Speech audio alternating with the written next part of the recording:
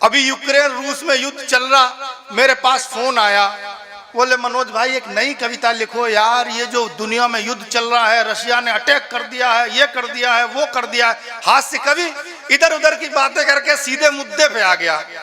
बोले ये बताओ तुम्हें इटावा में कभी अटैक हुआ? अब हम चक्कर में पड़ गए साहब, हमने पता लगाया, फिर हमने जो जवाब दिया सुना।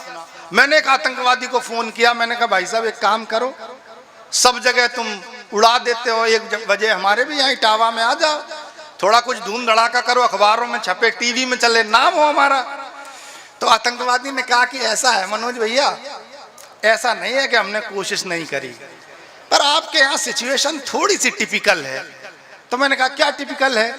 बोले देखो साहब हमारा एक यूनिट होती है, हम लोग क्या करते हैं साहब कि पहले एक आदमी होता है, वो जाता है भीड़ वाली जगह चेक करता है, वो आके बताता है कि साहब वो फलाना चौराहा है, वहां बहुत भीड़ जुटती है। दूसरा जाता है वहां पर साइकिल खड़ी कराता है, तीसरा जाता है साइकिल में झोला टांग आता है, और चौथे को वो फोन करता है कि सिचुएशन तैयार है, बस रिमोट दबाओ विस्फोट। तो मैंने कहा यार कर दे, दिक्कत क्या है? बोले दिक्कत ये है कि पहला जाता है भीड़ वाला चौराहा चेक कराता है, दूसरा जाता है साइकिल खड़ी कराता है, तीसरा जब तक झोले लेकर जाता है तब तक साइकिल गायब मिलती है। तो इटावा की सुरक्षा चोर कर रहे हैं। अद्भुत शहर है हमारा, एक बार ताली बजाओ तो मैं एक ऐसे कवि को बुलाता हूं जो आपको भरपूर आनंद देने वाला। बहुत जोरदार तालियों से भाई पवन आगरी को आमंत्रित करें। स्वागत। अभी मनोज भाई कह रहे थे ये बनिया आदमी है। हाँ भाई मैं बनिया हूँ। एक बार मुझसे बोले देखो जी सभी जगह पे रेजिमेंट है हमारी बॉर्डर पर, बोले देखो हमारी अहीर रेजिमेंट है, गोरखा बोले हमारी गोरखा रेजिमेंट है, वो बोले जाट रेजिमेंट है, बोले तुम्हारी बनियों की कहाँ रेजिमेंट है?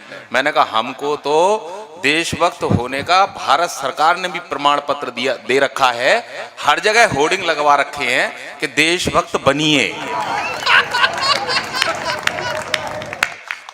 तो साहब हमारी तो देशभक्ति ऐसी है, मैं देख रहा हूं कि सभी लोग यहाँ मंच पर बैठे हुए हैं।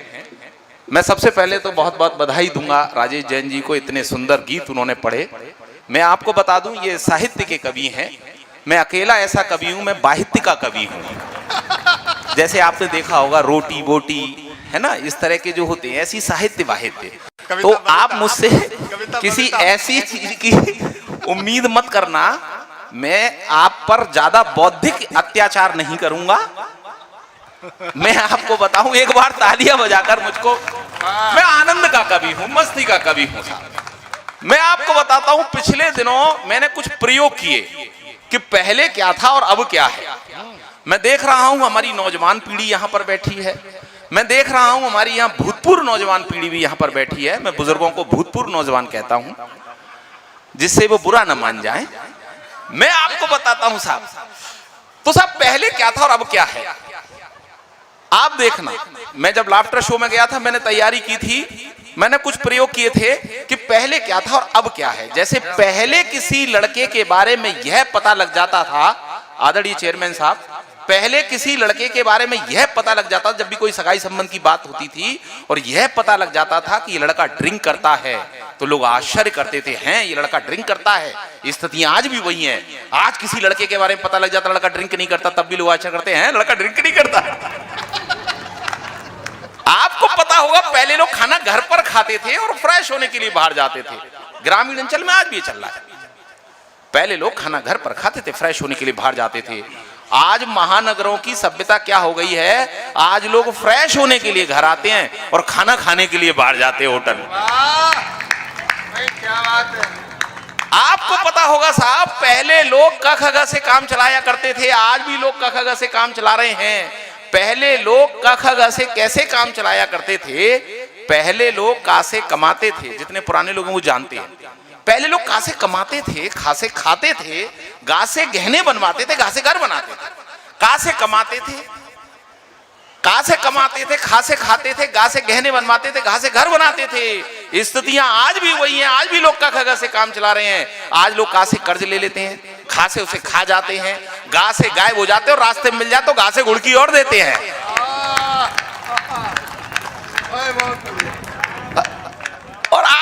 होगा चेयरमैन साहब, हमारी तो बड़ी स्थितियां हमने देखी हैं। पहले कोई नेता अपने पार्टी अध्यक्ष के पास टिकट मांगने जाता था तो कहता था साहब आप मुझे उस शहर से टिकट दे दीजिए, मैं वहां से जीत जाऊंगा क्योंकि वहां के लोग मुझे जानते हैं। और आज का नेता जब भी पार्टी अध्यक्ष पर टिकट मांगने जाता कहता साहब आप मुझे उस शहर से टिकट मत दीजिएगा, मैं हार जाऊंगा क्योंकि वहां के लोग मुझे जानते हैं।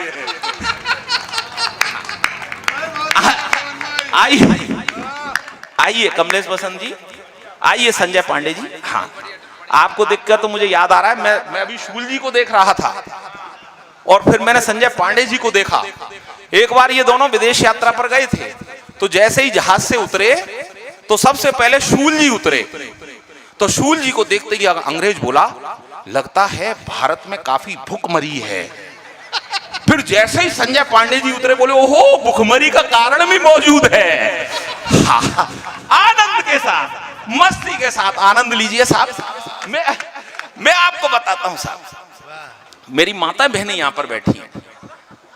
देखिए मैं व्यंग करता हूं, पहले कोई लड़की अपनी मां से पूछ लेती थी कि मां मैं जीन्स पहन लूं, तो उसकी मां उससे मना कर दी नहीं बेटा जीन्स नहीं पहनना, अच्छी बात नहीं है। और आज कोई लड़की अपनी मां से पूछती है मां मैं मिनी स्कर्ट पहन लूं, तो उसकी मां कहती है बेटी पहन ले, कुछ तो पहन ले। ये जो स्थितियां आई है, परिवर्तन आया है। मैं आपको बता रहा हूं साहब, पहले इस देश में दूध दही की नदियां बहा करती थी। मैं अच्छी बात कहने जा रहा हूं, मैं आप सभी का मंच का भी आशीर्वाद चाहूंगा। भाई नीरज जैन जी बैठे हुए हैं, भाई बलराम सरद जी बैठे हुए हैं। मैं आपको बताना चाहता हूं कि पहले इस देश में दूध दही की नदियां बहा करती थी और आज दूध दही की थैलियों से इस देश की नदियों का प्रवाह रुक गया है। क्या बात है, ये मैंने बात अच्छी कही है, तो मैं चाहूंगा कि आप एक बार मुझे मैं